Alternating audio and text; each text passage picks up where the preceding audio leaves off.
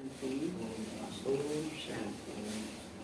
आज परम पिता परमात्मा के 25 जनवरी नाती के वहाँ आते हैं और मुरली की हेडिंग है सम्मान देना ही सम्मान लेना है।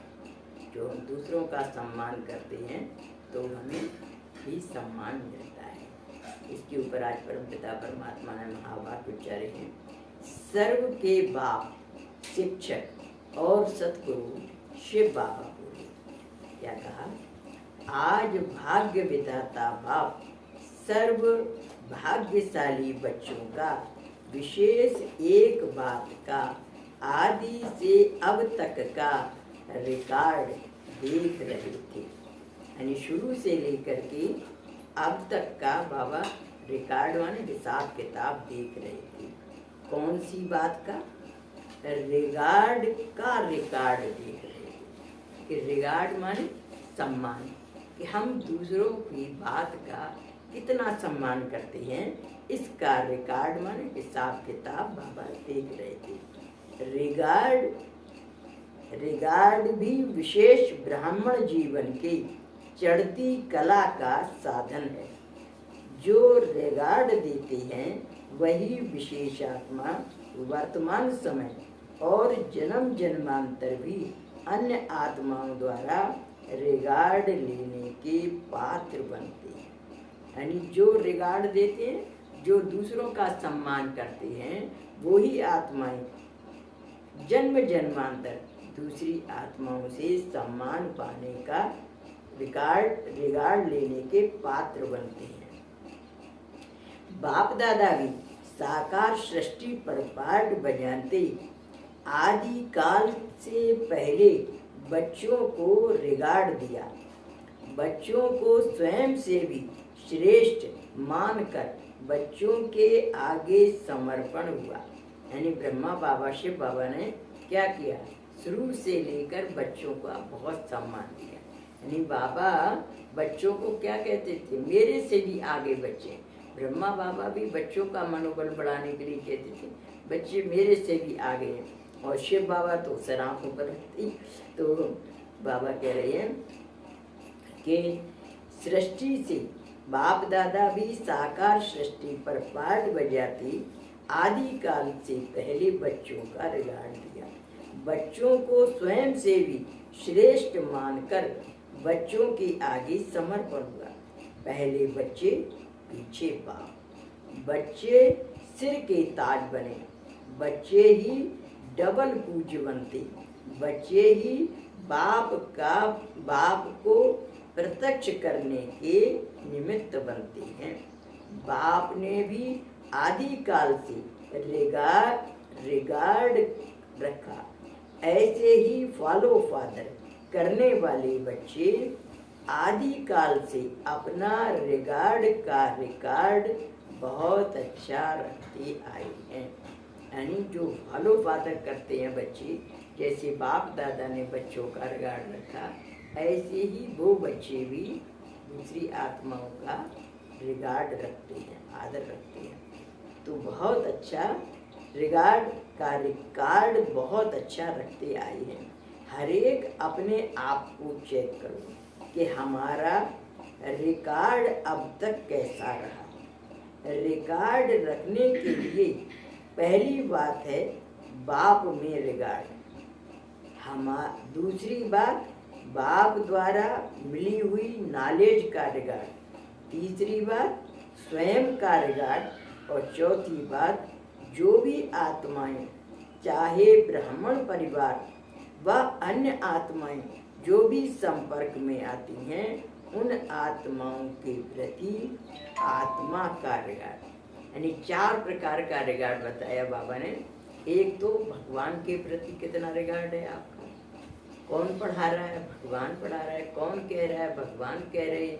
दूसरा भगवान के द्वारा दिए जाने वाली ज्ञान का रिगार्ड। भगवान प्रॉमिस कर रहे हैं कि एक जन्म अगर आप मेरी श्रीमत पर चलेंगे तो इसका रिटर्न में 21 जन्म दूंगा। प्रॉमिस करने वाला कौन है? साधारण इंसान नहीं, भगवान है। तो हमें उनकी बातों पर विश्वास है। यानी अपने मतलब बाबा के ऊपर विश्वास, और दूसरा भगवान के दिए जाने वाले ज्ञान के ऊपर विश्वास, तीसरा अपने ऊपर कि हम वही आत्माएं हैं कल पहली वाली जो परमात्मा हमसे उम्मीदें कर रहे हैं, तो उम्मीदों को हम पूरा करने वाली आत्माएं हैं, सक्षम आत्माएं हैं। तभी तो भगवान हमसे कह रहा है कि आप ऐसा करो वैसा करो। चौथी बात, ब्राह्मण परिवार यानी बाबा के जो ज्ञान में चलने वाले भाई बहन, ये भी सब क्या है, होनहार देवी देवता है। तो हमारे मन में उनके प्रति वैसा रिगार्ड है, आदर सम्मान की बात है। इन्हीं 4 बातों पर जो रिगार्ड रखते हैं, वो रिगार्ड का रिकॉर्ड माने एक रिकॉर्ड माने हिसाब किताब, और रिगार्ड माने आदर देने का हमने हिसाब किताब कैसा रखा है। जब से ज्ञान में आए तब से हमारा कैसा हिसाब किताब है। हम बड़ों की बात को मान्यता देते हैं, क्या कहते रहते हैं, भाई जी तो कहते ही रहते हैं, ऐसा तो नहीं है। मतलब तो जैसा हमने रिगार्ड दे करके स्वीकार किया है, तो हमें भी रिगार्ड मिलेगा। अगर हमने ऐसे कर दिया, कहते रहते हैं, तो हमारी बात को कौन मानेगा, वो भी कह देंगे भाई जी कहते रहते। इसलिए हमें गिव एंड टेक का सवाल है, हम जो करेंगे वो ही हमको प्राप्त होगा। तो बाबा कह रहे हैं कि आत्माएं जो भी संपर्क में आती हैं, उन आत्माओं के प्रति आत्मा का रिगार्ड। इन चारों ही बातों में अपने आप को चेक करो कि हमारा रिकॉर्ड कैसा रहा। चारों ही बातों में कितनी मार्क्स हैं, यानी अपने आप ही कितने आप अपने आप को मार्क्स दो। तो भाई हमने अगर हमेशा फॉलो किया बड़ों की आज्ञा का, या बाबा के श्रीमत का, या मतलब ब्राह्मण परिवार के भाई बहनों का, तो उसका रिकॉर्ड में हम कितने मार्क्स लेने के पात्र बने। चारों ही बातों में संपन्न रहे हैं, वह यथाशक्ति किस बात में मार्क्स अच्छी है और किस में कम। पहली बात, बाप का रिकॉर्ड। अब एक एक पॉइंट, यानी 4 तो हेडिंग बता दी उन्होंने, अब एक एक पॉइंट के ऊपर डिस्क्रिप्शन है, विवरण है कि बाप का रिगार्ड किस बात से मालूम पड़ेगा। बाप का रिगार्ड अर्थात सदा जो है, जैसा है वैसे स्वरूप से, यथार्थ पहचान से बाप के साथ सर्व संबंधों की मर्यादाओं को निभाना। यानी जैसे बाबा के साथ हम इस रोजाना सुनाते ना, आज इस संबंध से याद करो, इस संबंध से याद करो, तो ऐसे ही उस संबंध से याद करना। और बाप जो है, जैसा है वैसे स्वरूप से, यथार्थ पहचान से बाप के साथ सर्व संबंधों की मर्यादाओं को निभाना। माने बाप कौन है, निराकार ज्योति बिंदु है ना, तो निराकार ज्योति बिंदु परमात्मा को जैसा है उसी रूप में याद करना।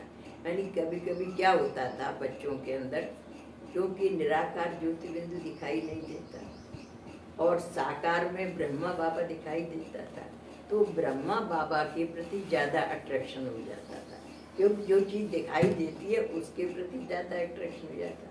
शिव बाबा भूल जाता था।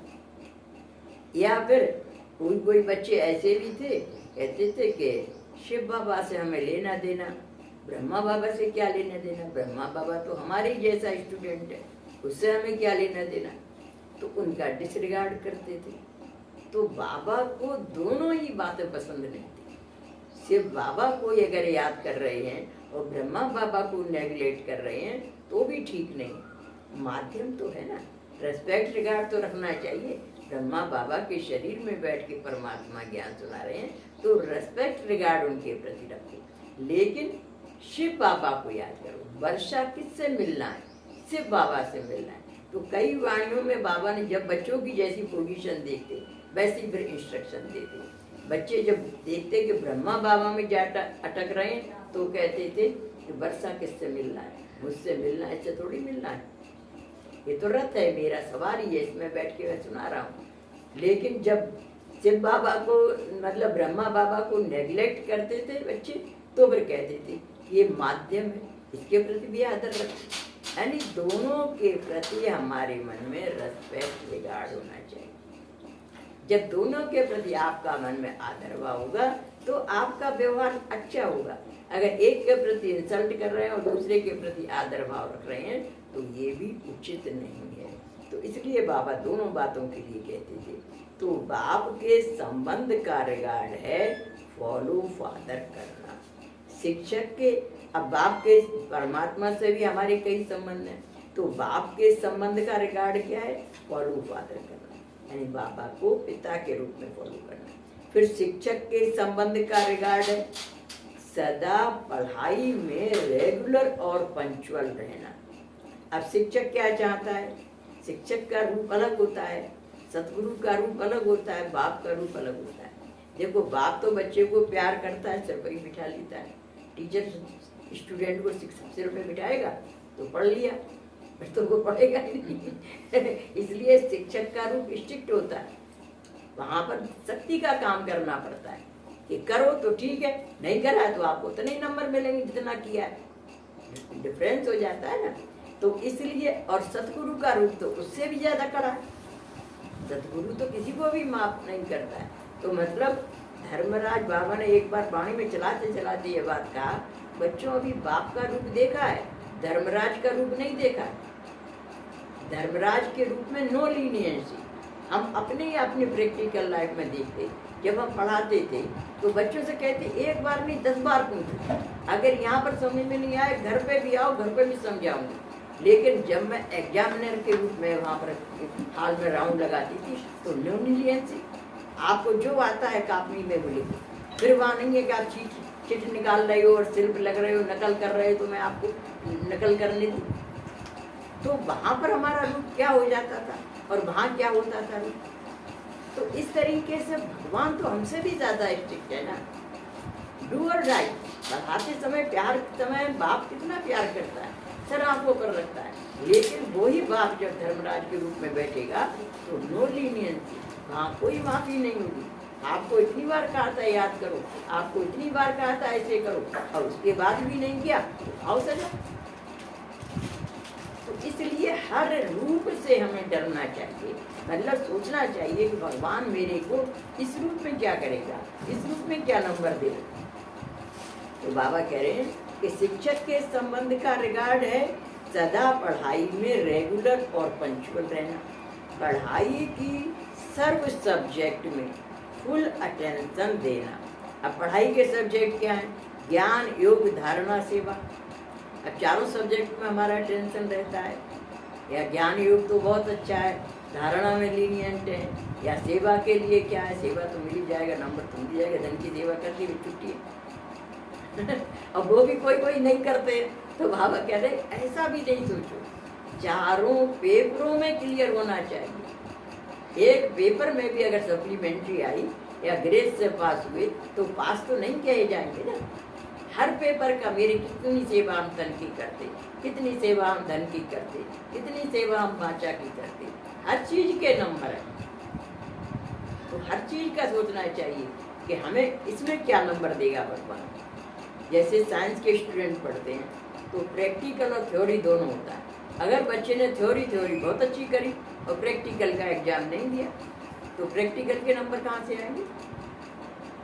नील लिखना पड़ेगा ना उसमें।